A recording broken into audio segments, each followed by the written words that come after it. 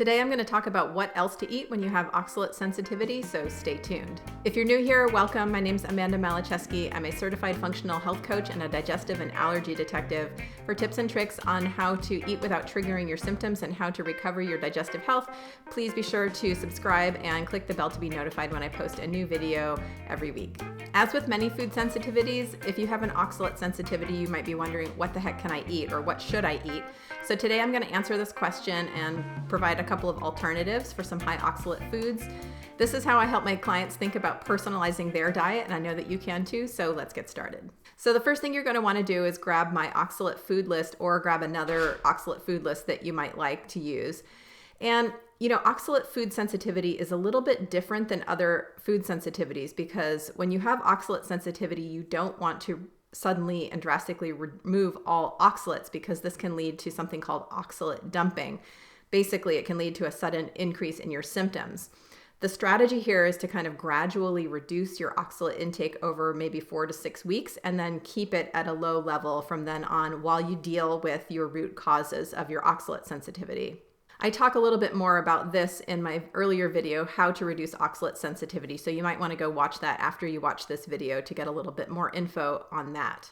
And to get my oxalate handout, you can head to confluencenutrition.com/oxalates. Or if you want a really, really detailed oxalate list that has just about every known food imaginable, you can head over to the Facebook group called Trying Low Oxalates.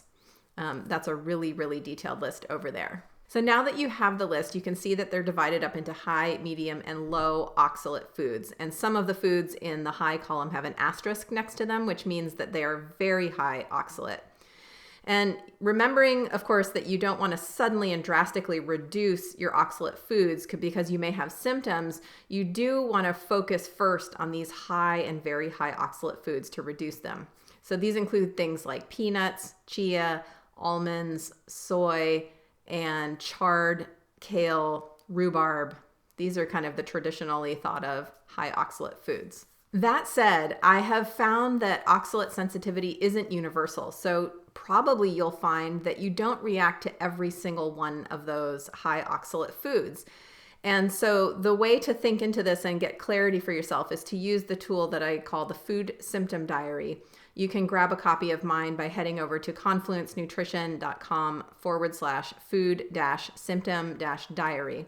And I have a whole video where I talk about how to use this tool to get clear on your food sensitivities. That's called How to Use a Food Symptom Diary for IBS. So go ahead and check that out. But basically, you want to use this tool to identify which foods are your particular kryptonite, which ones are the ones that you're reacting to. You may not need to remove every single one of these foods because some of them, for some reason or whatever, may not be triggering your symptoms, even though they are high oxalate foods.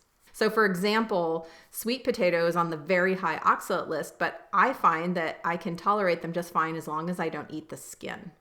So you might experiment with things and try and get clear on which ones are your triggers and go from there. So next, we're going to talk about substituting some oxalate foods. So a lot of the foods in the very high list are greens, and leafy greens are super important and healthy for us, but if they're causing symptoms, we want to avoid them. So some of the high oxalate foods are greens like spinach, chard, and kale. But for some reason, dinosaur kale, or also called lacinato kale, is not high oxalate, so you can continue to eat that. And then some other alternatives for greens include mustard greens and bok choy. And of course, lettuce is going to be fine for you to eat too if you like to eat salads. Collard greens are on the medium oxalate list, so they may or may not be okay. So this is a case where you might want to trial that with your food symptom diary and see how you do. Regarding nuts, peanuts, almonds, sesame seeds, and chia seeds are all high oxalates. So some alternatives are going to be pumpkin seeds, sunflower seeds, and flax seeds. So you might want to shift some things there in your diet.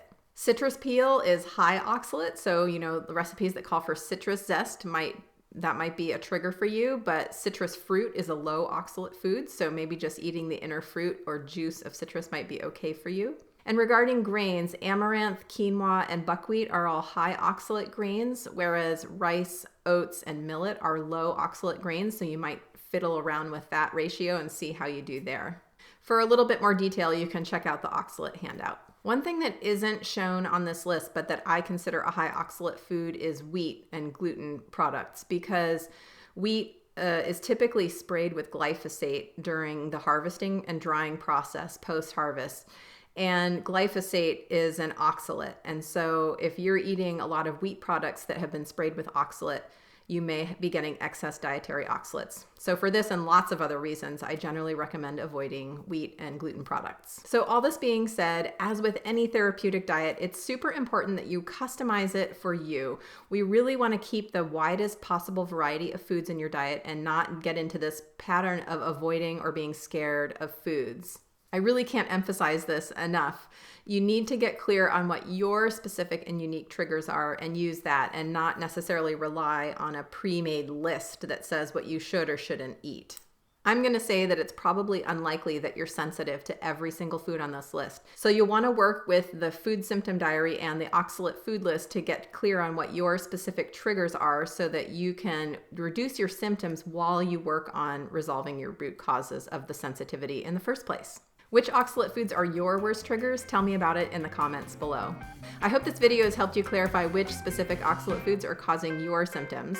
And I want you to know that if you are experiencing an oxalate sensitivity, I recommend that you go check out my other videos on the topic. I have several at this point, so go check those out. I've left links for those below this video for you. And if you've still got questions about how to think about these situations or how you might work into resolving your situation, I encourage you to go check out my Roadmap to Gut Recovery. It's an action guide that helps you get started right now, taking steps to resolve your gut challenges at their roots. You can grab a free copy of that by visiting confluencenutrition.com/roadmap. Or if you're ready for some help customizing what you're already doing, I'm an expert at helping people create a doable, sustainable plan. So if that sounds like help that you're ready for, I invite you to schedule a free 30-minute assessment session with me where we can talk about what it would look like to work together.